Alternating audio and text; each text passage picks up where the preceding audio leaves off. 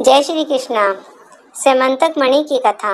श्रीमद् भागवत पुराण में वर्णित एक कथा के अनुसार सत्राजित नाम का भगवान सूर्य का परम भक्त था। उसकी भक्ति से प्रसन्न होकर भगवान सूर्य ने उसे स्यमंतक मणि प्रदान करी।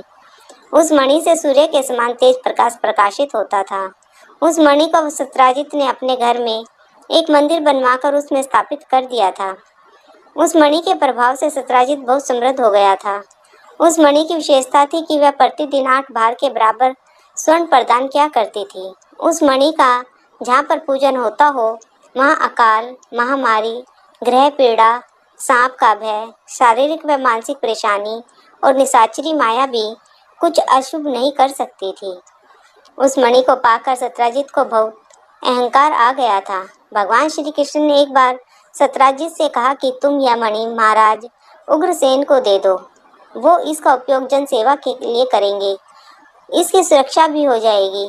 किंतु उसने लालच और अहंकार में आकर श्री कृष्ण के प्रस्ताव को अस्वीकार कर दिया। भाद्रपद गणेश चतुर्थी का दिन था। श्री कृष्ण भोजन करके उठे। अचानक उन्हें चंद्रमा के दर्शन हो गए। उनकी दृष्टि चंद्रमा पर पड़ी। तभी नारद जी उन्हें आकर कहते हैं कि हे प्रभु, आज के दिन चंद्रमा का दर्शन करने से आप मिथ्या कलंक के भागी होंगे। उसके बाद ऐसा घटनाक्रम हुआ कि भगवान को मिथ्या कलंक लग ही गया। सत्राजित का एक भाई था, उसका नाम था प्रसेनजित। वो एक दिन उस स्यमंतक मणि को गले में धारण करके जंगल में आखेट के लिए चला गया। वो घोड़े पर सवार होकर जा रहा था, तभी वन में एक सिंह ने उस पर हमला कर दिया। उसे वहीं घोड़े सहित मारकर मणि लेकर अपनी गुफा की ओर चल दिया। वो अपनी गुफा में प्रवेश करता इससे पहले ही ऋक्षराज जाम्बवान ने उसका वध करके मणि को अपने अधिकार में ले लिया। जाम्बवान ने वह मणि लेकर अपनी गुफा में चला गया। जब सत्राजित का भाई प्रसेनजित वन से वापस नहीं आया तो उसे बहुत चिंता हुई। वो उसे ढूंढने के लिए वन में गया। वहां जाकर उसे पता चला कि उसका भाई अब जीवित नहीं है। यह जानकर उसे बहुत शोक हुआ। उसके मन में विचार आया कि मेरा भाई मणि गले में धारण करके वन में गया था, इसलिए हो सकता है श्री कृष्ण ने मणि के लिए मेरे भाई की हत्या कर दी हो। सत्राजित ने जब यह बात नगर के लोगों में कही तो यह बात श्री कृष्ण तक पहुंच गई। इस बात को जानकर भगवान समझ गए कि यह सब चौथ के चंद्रमा को देखने का परिणाम है। अपने ऊपर से इस कलंक को हटाने के लिए भगवान श्री कृष्ण ने कुछ विश्वसनीय लोगों के साथ मिलकर प्रसेनजित की खोज आरंभ कर दी। उसे तलाशते हुए वो वन में उस स्थान पर पहुंच गए जहां पर सिंह ने उसको मारकर उससे मणि ले ली थी। वहां से उन्होंने सिंह के पद चिन्हों का पीछा करना शुरू कर दिया तो वो सिंह की गुफा के द्वार पर पहुंच गए, जहां सिंह को मारकर जाम्बवान ने उससे मणि प्राप्त कर ली थी। वहां उन्हें भालू के पैरों के निशान मिले।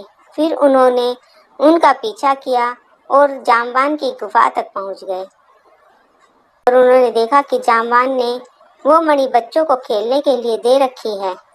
जब श्री कृष्ण और उसके साथी मणि लेने के लिए आगे बढ़े तो जाम्बवान वहां आ गए। जाम्बवान बहुत ही बलवान था। मणि के लिए दोनों में युद्ध आरंभ हो गया। श्री कृष्ण और जाम्बवान का युद्ध बहुत ही भयंकर था। पूरे 21 दिन तक उनका युद्ध चलता रहा। तब जाम्बवान का मनोबल टूटने लगा। वो समझ गए कि यह कोई साधारण मनुष्य नहीं है, बल्कि स्वयं नारायण है। तब जाम्बवान ने श्री कृष्ण के चरणों में गिरकर उनसे क्षमा मांगी और कहा कि मैं क्रोध के वशीभूत होकर आपको पहचान नहीं पाया। आप तो साक्षात नारायण हैं, आप मुझे क्षमा कीजिए। तब श्री कृष्ण ने जाम्बवान को कहा कि मैं यहाँ इस मणि की तलाश में आया था, क्योंकि मुझ पर इसकी चोरी करने का कलंक लगा है। इस कलंक को मिटाने के लिए मुझे यह मणि चाहिए। तब जाम्बवान ने अपनी पुत्री जाम्बवती का विवाह श्री कृष्ण से करके उन्हें वो मणि दे दी। श्री कृष्ण जब मणि और जाम्बवती को लेकर द्वारका पहुंचे तो सब खुशी से झूम उठे और सत्राजित को भी अपनी भूल का एहसास हुआ। उसने श्री कृष्ण से अपनी गलती के लिए क्षमा मांगी और अपनी पुत्री सत्यभामा का विवाह भगवान श्री कृष्ण से करने का प्रस्ताव दिया, जिसे श्री कृष्ण ने स्वीकार कर लिया। तब सत्यभामा का विवाह श्री कृष्ण के साथ संपन्न हुआ।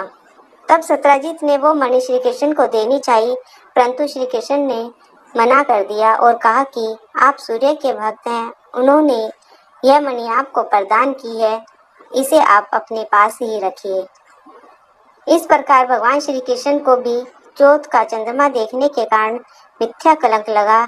ऐसी मान्यता है कि इस समंतक मणि की कहानी कहने या सुनने से गणेश चतुर्थी पर चंद्र दर्शन करने के दोष का निवारण हो जाता है।